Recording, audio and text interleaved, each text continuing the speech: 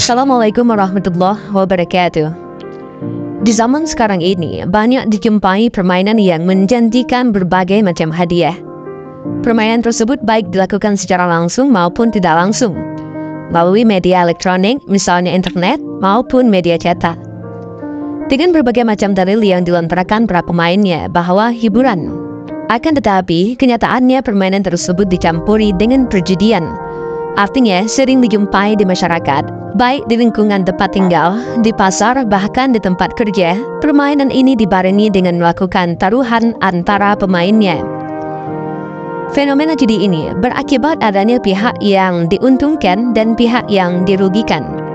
Bisa pula berakibat pihak yang diuntungkan terlena dengan keuntungan yang diraihnya, dengan tanpa melalui kerja keras dan jerih payahnya sendiri. Sedangkan pihak yang dirugikan merasa kecewa, putus asa, bahkan sampai menyimpan dendam pada pihak yang mengalami keuntungan.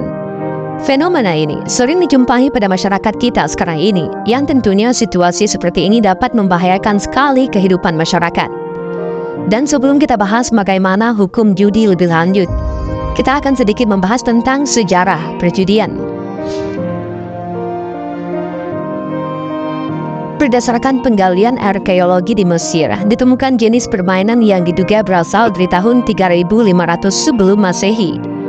Pada lukisan makam dan gambar keramik terlihat orang yang sedang lempar astragil ataupun astragali, yaitu tulang kecil di bawah tumit domba atau anjing, yang disebut pula tulang buku kaki, dan papan pencatat untuk menghitung nilai permainan. Tulang ini memiliki 4 sisi yang tidak rata. Setiap sisi diduga memiliki nilai tersendiri. Astragali juga dimainkan oleh penduduk Yunani dan Romawi, yang membuat taruhannya dari batu dan logam. Orang kuno juga berjudi dengan menggunakan sebatang tongkat kecil.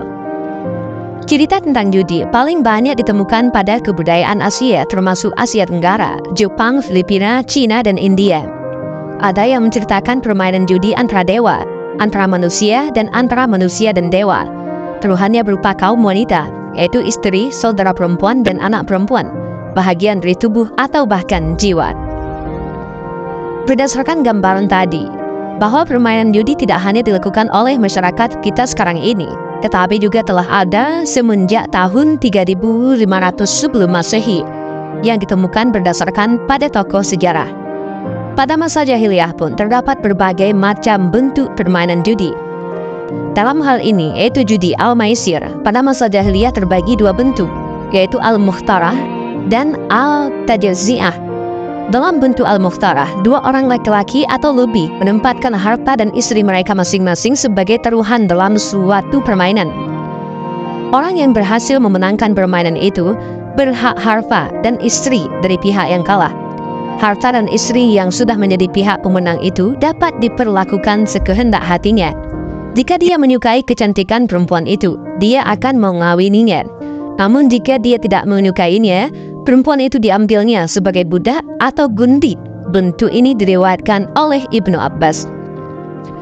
Dalam bentuk at-tajazi'ah, seperti dikemukakan oleh Imam Al-Qurtubi, permainannya adalah sebanyak 10 orang laki-laki bermain kartu yang terbuat dari potongan-potongan kayu, karena di waktu itu belum ada kertas.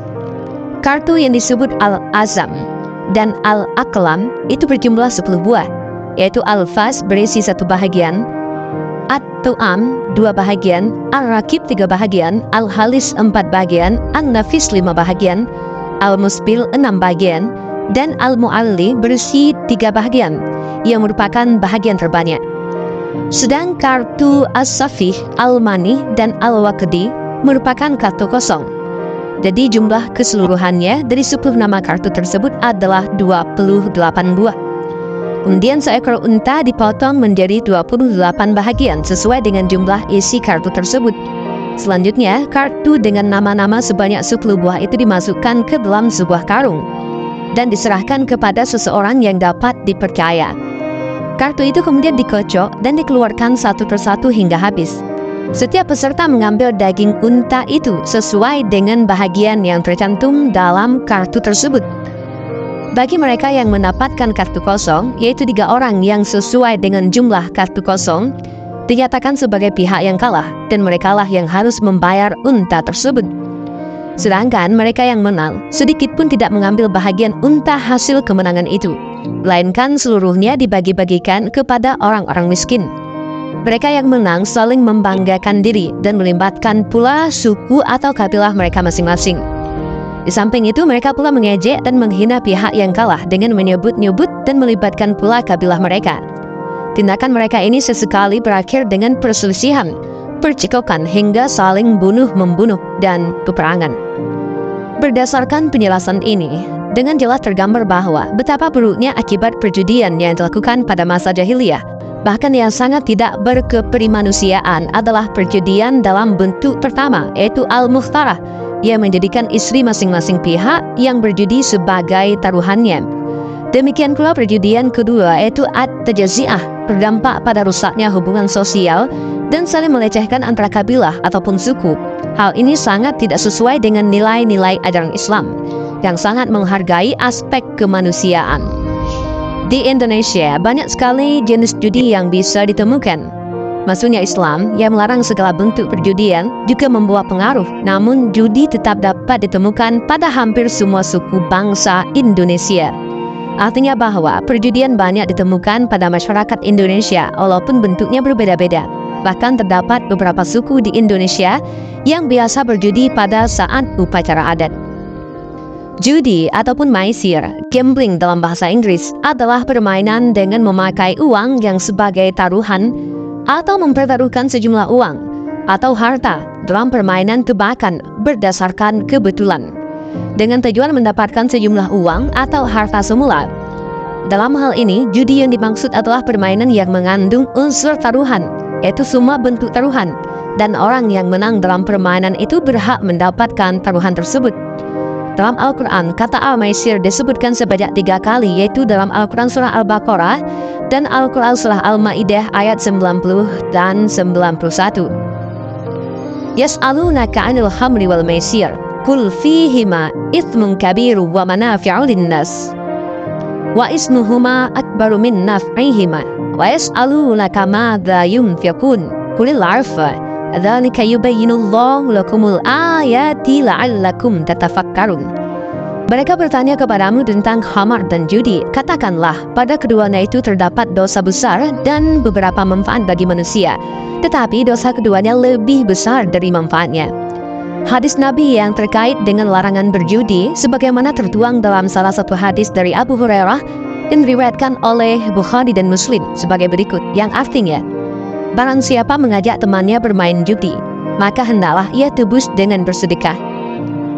Dengan judi, setan akan semakin membuat manusia lupa dari Allah dan ibadah yang telah selama ini mereka lakukan, serta berbagai ketaatan. Perjudian banyak memiliki keburukan dan kerusakan. Judi menciptakan kemalasan dan angan-angan kosong bagi yang melakukan. Orang yang berbuat judi biasanya suka bermalas-malasan. Mereka mempunyai tujuan yang sangat mementingkan bagi dirinya sendiri, yaitu menang di atas kekalahan orang lain. Padahal dalam Al-Quran telah dijelaskan bahwa tidak mencari keuntungan diri sendiri, melainkan bagi orang lain. Dan salah satu dari 10 perintah berbunyi, jangan mengingini apapun milik sesamamu. Jadi sangat terlihat jelas bahwa seorang penjudi sangat ingin menang dan berharap orang lain kalah dan kehilangan uangnya. Pada umumnya, seorang penjudi adalah orang yang mempunyai sifat tamak. Artinya mereka terlalu berlebihan dalam mencintai harta, tidak akan pernah merasa puas akan apa yang telah dia dapat. Banyak di antara mereka yang akhirnya kecanduan dan terus ingin menambah harta kekayaannya. Judi merupakan transaksi-transaksi yang terlarang dalam Islam. Tetapi lagi-lagi masih saja terjadi dan akan terus-menerus terjadi, dan akhirnya sampai menjadi kebiasaan yang tidak mudah untuk ditinggalkan begitu saja. Karena jika sudah terlanjur melakukan, akan terus ingin mengulanginya, dan yang lebih umumnya terjadi pada daerah-daerah kecil. Bentuk-bentuk perjudian yang terjadi di kalangan masyarakat bahkan berbeda-beda, sehingga memberi artian bahwa apa yang dilakukan itu bukan sebuah perjudian. Padahal Islam menjadikan harta manusia sebagai barang berharga yang dilindungi. Oleh karena itu, tidak boleh diambil begitu saja, kecuali dengan tukar-menukar seperti yang telah disyariatkan atau dengan sedekah. Banyak dampak-dampak buruk yang terjadi dari perjudian. Salah satu di antaranya adalah pemain judi. Dan apabila salah satu pihak ada yang kalah, maka ia cenderung akan kecanduan, ingin mengulangi perbuatan judi lagi dengan harapan dapat memenangkan permainan. Dan bagi pihak yang menang, ia akan merasa ketagihan untuk memenangkan lagi, sehingga hasil yang diperoleh akan semakin bertambah banyak. Dan hal itu akan terus terjadi seterusnya. Akibat yang lain adalah menimbulkan permusuhan antar sesama pemain. Jiwa pemain judi bertambah kasar karena bermaksud jahat akan mengalahkan lawan. Banyak pikiran, selalu berkeluh kesah karena takut kalah, menyia-nyiakan harta dan kekayaan, lupa waktu dan lupa kerja, dan banyak akibat negatif yang terjadi dari perilaku judi tersebut. Ada satu email yang masuk kepada kami. Min, tolong dong jelasin tentang hex domino yang lagi marak sekarang. Ya, baik, kita akan menjelaskan tentang hal tersebut. Mungkin sedikit dari pembahasan yang kita bahas tadi, kita bisa tahu bahwa permainan chip domino itu tergolong dalam judi yang bisa dilakukan secara online melalui smartphone. Dan juga sejumlah ulama yang tergabung dalam forum konferensi wilayah ke-14 Nahdlatul Ulama Provinsi Aceh mengharamkan judi yang dimainkan melalui game secara daring ataupun online, seperti Hex Domino Island yang kini marak dimainkan oleh pengguna smartphone. Game Hex Domino Island diharamkan karena mengandung praktik perjudian, kata Ketua Tangkiziyah Pengurus Wilayah Nahdlatul Ulama ataupun PWNU Provinsi Aceh, Tunku Faisal Ali di Banda Aceh. Keputusan tersebut dihasilkan melalui rapat Komisi Basul Masail Pengurus Wilayah Nahdlatul Ulama ataupun PWNU Aceh yang mengambil tema status hukum terhadap game daring Hex Domino Island atau sering disebut dengan game chip. Sesuai hasil dalam forum tersebut, kata Tunku Faisal Ali, bagi game daring yang tidak mengandung unsur perjudian juga haram hukumnya, jika dapat menimbulkan kemudaratan ataupun sisi buruk, baik pada fisik maupun mental para pemainnya. Selain itu, game yang dimainkan secara daring melalui telepon pintar atau perangkat elektronik juga dinyatakan haram jika mengandung unsur kekerasan dan menimbulkan kemaksiatan, serta melecehkan simbol-simbol Islam. Pada kesempatan ini, Forum Basul Masail PWNU Aceh juga merekomendasikan kepada pemerintah Aceh agar memblokir semua situs-situs perjudian daring dan game yang memenuhi kriteria haram. Mendesak pemerintah agar segera mengeluarkan regulasi tentang pelarangan situs-situs perjudian online dan menertibkan pihak-pihak yang menyediakan layanan game chip daring, kata Tunku Faisal Ali. Selain itu, ulama juga meminta kepada setiap kalangan orang tua di Aceh diharapkan agar memberi perhatian dan pengawasan yang serius kepada anak-anak untuk terhindar dari penggunaan game daring. Dalam merumuskan keputusan haramnya game daring tersebut, rapat Komisi Basul Masail dihadiri oleh tim Basul Masail PWNU Aceh, Lembaga Basul Masail Ma'had Ulum Diniyah Islamiyah ataupun MUDI Samalanga, dan ahli teknologi informatika dari Banda Aceh. Dan inilah sedikit kisah ataupun sejarah perjudian. Dan dari ini kita tahu bahwa yang marak sekarang game chip domino itu termasuk dalam judi. Mudah-mudahan dari video ini kita bisa mendapat beberapa pelajaran dan juga bermanfaat. Allahu a'lam bishawab. Assalamualaikum warahmatullahi wabarakatuh.